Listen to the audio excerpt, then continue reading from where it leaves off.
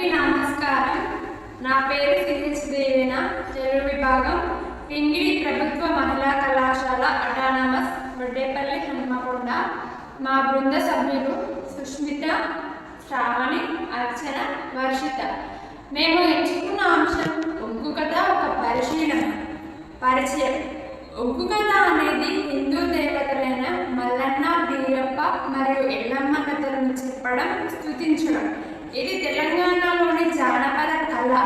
ఒగ్గు కథ గొల్ల మరియు కుర్మ వర్గాలలో ఉద్భవించింది.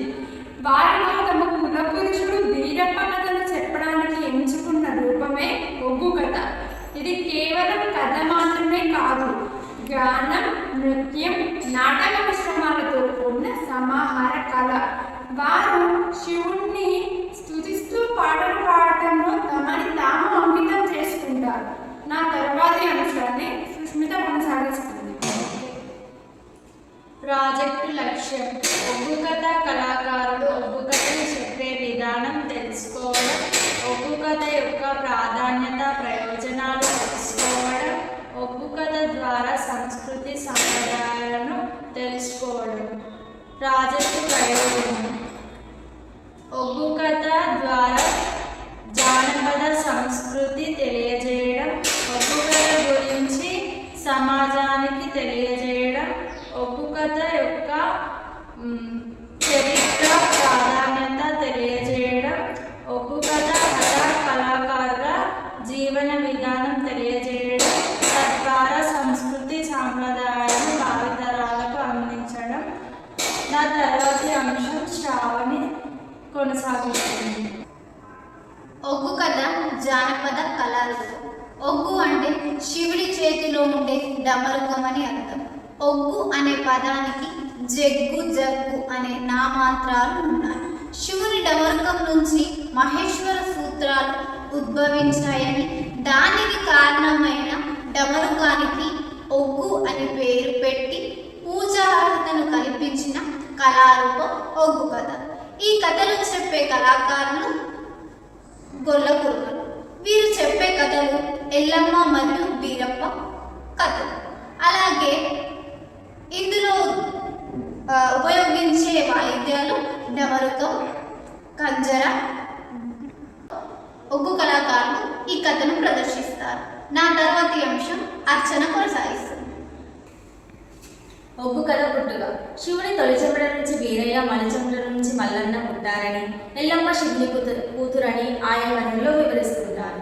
ఒగ్గు కథ నడక: ఈ కథను ఉపన్యాస రూపంలో కానీ, లేదా పద్య రూపంలో కానీ, నాటక రూపంలో కానీ చెప్పడం ఆయా కళారూపాల స్వభావం. ఈ కథకి ఒగ్గు కథ అనే పేరు ఎలా వచ్చిందంటే, వీరభద్రుడు, మల్లికార్జునుడు వీరి చేతిలో డమరుకం అనే వాయిద్యం ఉండేది.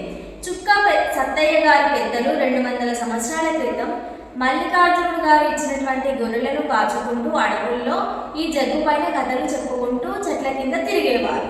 జగ్గు నుంచి చెప్పే ఒగ్గు కథనే ఒగ్గు కథగా రూపాంతరం చెందింది. ఈ కథ గాన కళారూపాల పేర్లు ఆ కథను బట్టి, ఆ కథలో వాడేటువంటి ఇతర సహకార వాయిద్యాలను బట్టి, కథా వస్తువును బట్టి ఈ పేర్లు వచ్చాయి.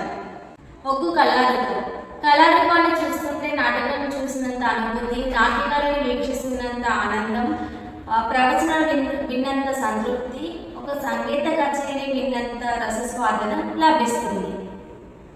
ఒగ్గు కథ ఆశురచన: ఒగ్గు కళాకారులకి ఆశురచన నైపుణ్యం కూడా ఉంటుంది.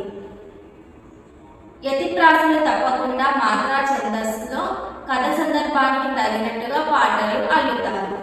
మూలకథకి ఏమాత్రం భంగం కలగకుండా ఈ పాటను జోడిస్తారు.